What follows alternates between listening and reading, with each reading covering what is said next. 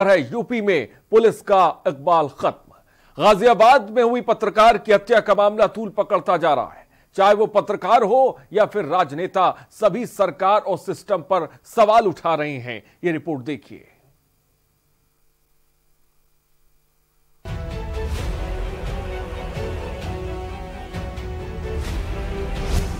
पत्रकार की मौत पर सियासी बवाल।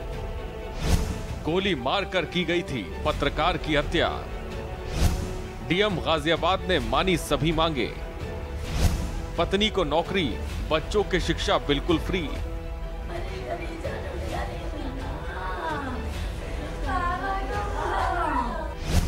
सिस्टम पर सवाल, पत्रकार की मौत का जिम्मेदार कौन?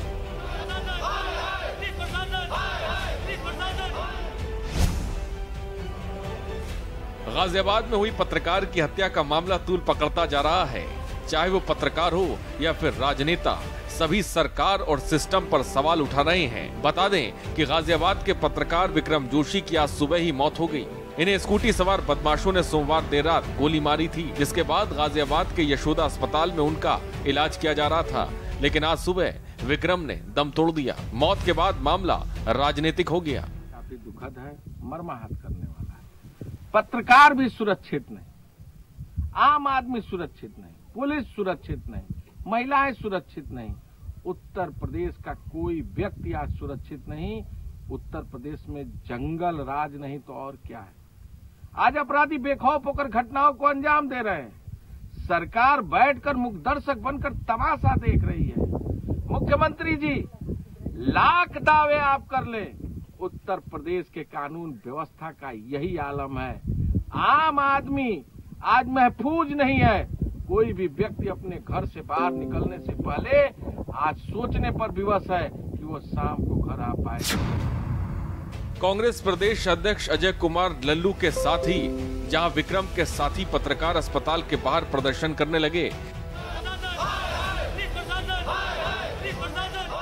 बच्चों की पढ़ाई है, जब तक अच्छे स्कूल में पढ़ा सकते हैं, अच्छे स्कूल की पढ़ाई है, शादी है, भाई भाभी की नौकरी है सरकारी, ठीक है। और आधे में जो अभी फिलहाल में वो दे सकते हैं 10 लाख रुपए, अभी फिलहाल में वो दे रहे हैं हमें। वहीं इस मामले पर राहुल गांधी ने भी ट्वीट कर योगी सरकार पर सवाल उठाए। राहुल गांधी ने लिखा कि अपनी भांजी के साथ छेड़छाड़ का विरोध करने पर पत्रकार विक्रम जोशी की हत्या कर दी गई। शोकग्रस्त परिवार को मेरी सांत्वना, वादा था रामराज का, लेकिन दे दिया गुंडाराज। इसमें उनको तत्कालिक प्रभाव से 10 लाख रुपए की आर्थिक सहायता माननीय मुख्यमंत्री जी द्वारा स्वीकृत की गई है। उनकी मांग थी कि उनकी जो पत्नी है मृतक की, उनको कहीं नौकरी की व्यवस्था कराई जाए।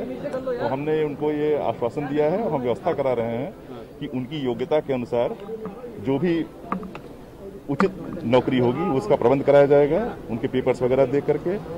तीसरा विषय उनका था बच्चों की पढ़ाई को लेकर के, क्योंकि वो गरीब परिवार के हैं, वो संकट में हैं, तो उनको हम किसी अच्छे स्कूल में उनके निःशुल्क पढ़ाई का प्रबंध हम लोग सुनिश्चित कराएंगे। सीसीटीवी फुटेज और अन्य साक्ष्यों के आधार पर अभियुक्तों की धरपकड़ की गई, जिसमें कुल 9 अभियुक्त हम लोगों ने पूरी रात भर में गिरफ्तार किए, जिसमें से जो मुख्य अभियुक्त छोटू था और रवि थे। ये जो 2 मेन थे, रवि जिसने प्लानिंग की थी और छोटू जिसने गोली चलाई थी, दोनों को भी गिरफ्तार किया गया। उसी में जो इनका जो अवैध तमंचा था उसको भी बरामद किया गया है।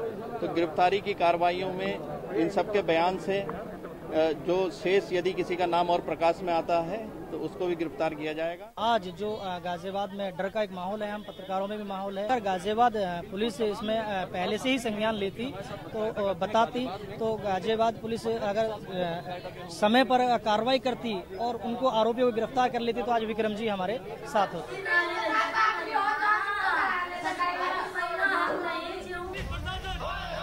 घटना के बाद बढ़ता आक्रोश देख डीएम ने सभी मांगे मान ली। विक्रम जोशी के परिवार को 10 लाख की आर्थिक मदद, योग्यता अनुसार पत्नी को नौकरी, बच्चों की मुफ्त शिक्षा और सुरक्षा की मांग को डीएम गाजियाबाद ने मान लिया। हालांकि पुलिस इस घटना में अब तक 9 लोगों को गिरफ्तार कर चुकी है, लेकिन इस तरह की घटना सिस्टम पर सवाल जरूर खड़े कर रही है। ब्यूरो रिपोर्ट, के न्यूज। उत्तर प्रदेश में खाकी का इकबाल खत्म होता जा रहा है, क्योंकि यूपी में बीते दिनों जो हो रहा है उस पर मोहर लगाने के लिए तस्वीरें ही काफी हैं। क्योंकि जो तस्वीरें बीते वक्त में जो सामने आई हैं वो ये कहने और सोचने पर मजबूर कर रही हैं कि यूपी मत्स्य न्याय चल रहा है। बड़ी मछली अपने से छोटी मछली को खाकर पेट भर रही है। गाजियाबाद में अपराधियों के आगे खाकी नतमस्तक हो गई है, जिसका नतीजा यह हुआ कि पत्रकार को जान देकर उसकी कीमत चुकानी पड़ी। बीते दिनों अमेठी की रहने वाली 2 महिलाओं ने लखनऊ विधानसभा और लोक भवन के सामने आत्मदाह का प्रयास किया। वजह नाली के विवाद में न्याय न मिलना था। एक महिला तो इलाज के दौरान मौत हो गई और पुलिस सिर्फ और सिर्फ हमेशा की तरह देखती रही। तो वहीं दूसरी तस्वीर इस बात की तस्दीक कर रही है कि आम आदमी पर खाकी किस कदर अपना बाहुबल दिखा रही है।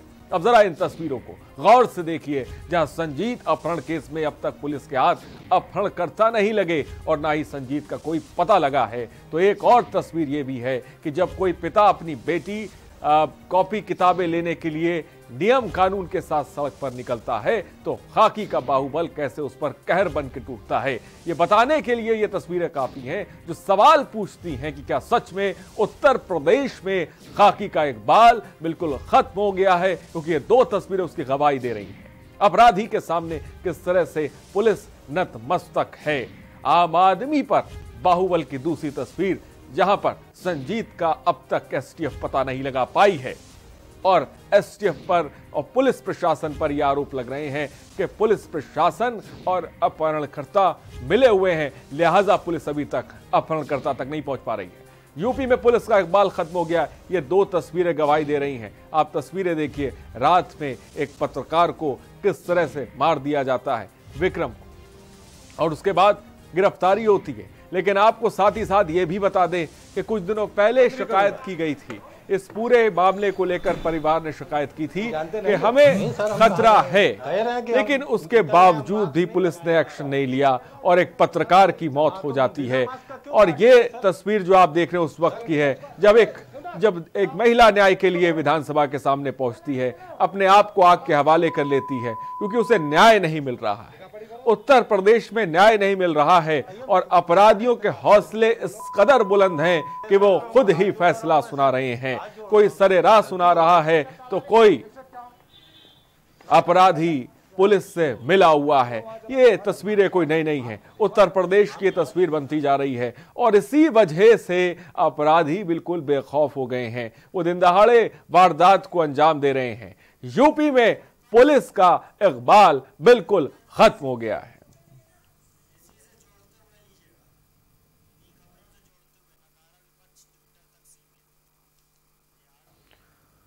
तो एक तरफ ये तस्वीर है जो थोड़ी देर